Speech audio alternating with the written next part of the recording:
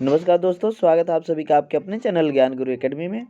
और बच्चों, आज का क्लास काफ़ी महत्वपूर्ण इसलिए होने वाला है क्योंकि आज बच्चों चैप्टर नंबर 4 जो कि आपके समाज शास्त्र के बच्चों सेकेंड बुक का चौथा चैप्टर है बच्चों। इसका आज तीसरा भाग अर्थात बच्चों क्वेश्चंस का दूसरा पार्ट होगा आप लोग का।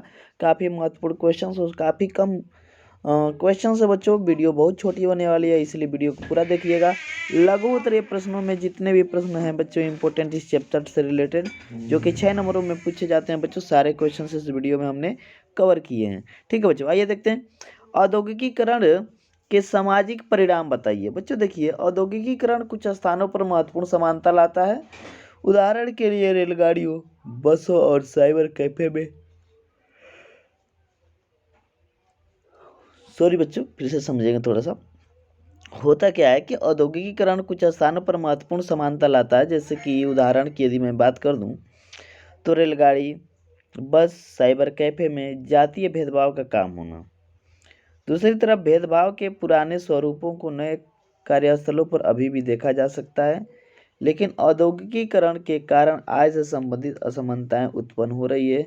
बहुधा सामाजिक और आय संबंधी असमानता परस्पर आच्छादित हो जाती है।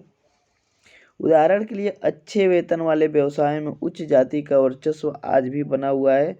अभी तक भी महिलाएं समान कार्य के लिए कम वेतन पाती हैं। योजनाबद्ध औद्योगिकीकरण की प्रमुख विशेषताओं का उल्लेख कीजिए। दूसरा प्रश्न है बच्चों, काफी महत्वपूर्ण प्रश्न है, आप लोग का यह देख सकते हैं। योजना काल अथवा पंचवर्षीय योजना काल के दौरान औद्योगिकीकरण के विकास के लिए किए गए कार्य को योजनाबद्ध औद्योगिकीकरण कहा जाता है। भारत सरकार का विभिन्न पंचवर्षीय योजनाओं के द्वारा योजनाबद्ध औद्योगिकीकरण के अंतर्गत सार्वजनिक क्षेत्र में औद्योगिक आत्मनिर्भरता प्राप्त करने में महत्वपूर्ण योगदान रहा। लौह और इस्पात, रेलवे के उपकरण, पेट्रोलियम, कोयला एवं उर्वरक जैसे उद्योग औद्योगिक रूप से पिछड़े क्षेत्र में स्थापित किए गए। 7वीं पंचवर्षीय योजना के समय में उच्च प्रौद्योगिकी, उच्च मूल्य संवर्धन एवं आधुनिक ज्ञान विज्ञान आधारित उद्योग जैसे इलेक्ट्रॉनिक उद्योग पर संचार उद्योग बच्चों आदि पर बल दिया गया। ओके, चलिए एक क्वेश्चन और है बच्चों आप लोग का, यहाँ पे आप देख सकते हैं, काफ़ी अच्छा क्वेश्चन है। विकसित और विकासशील देशों के में लोगों के द्वारा किए जाने वाले कार्यों का वर्णन कीजिए। काफ़ी इंपॉर्टेंट क्वेश्चन है बच्चों, यहाँ आप समझ पाएंगे।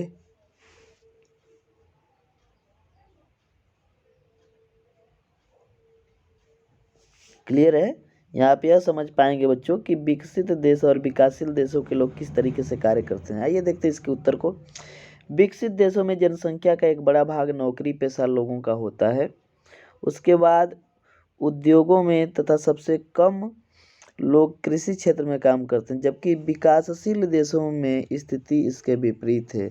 1990 के दशक में भारत जैसे विकासशील देश में 60% लोग प्राथमिक क्षेत्र में, 17% लोग द्वितीयक क्षेत्र में जो उत्पादन निर्माण होता है और 25% लोग सर्विस क्षेत्र में काम करते थे।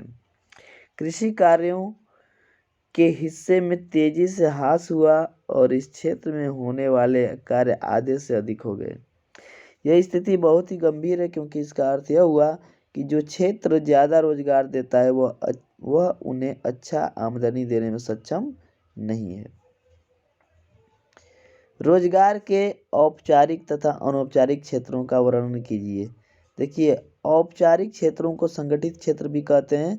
संगठित क्षेत्र की इकाइयों में 10 से अधिक लोग पूरे वर्ष रोजगार में रहने से इस क्षेत्र का गठन होता है। वेतन या अन्य सुविधाएं मिलती हैं, जबकि अनौपचारिक क्षेत्र में कार्य के दिनों की सुनिश्चितता नहीं होती है। भारत में 90% से अधिक कार्य कृषि, उद्योग व नौकरी असंगठित क्षेत्र में आते हैं।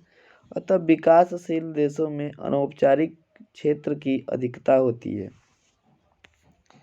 प्रश्न संख्या 5 है बच्चों आप लोग का, वर्तमान बहुराष्ट्रीय कंपनी की कार्यप्रणाली को समझाइए।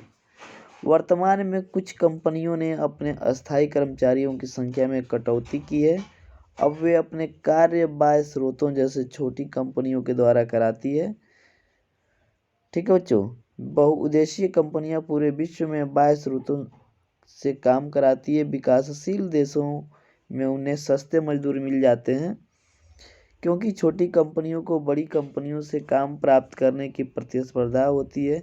इस प्रकार ये कंपनियां कामगारों को कम वेतन देती हैं। छोटे फर्मों में मजदूर संघों का होना भी मुश्किल होता है।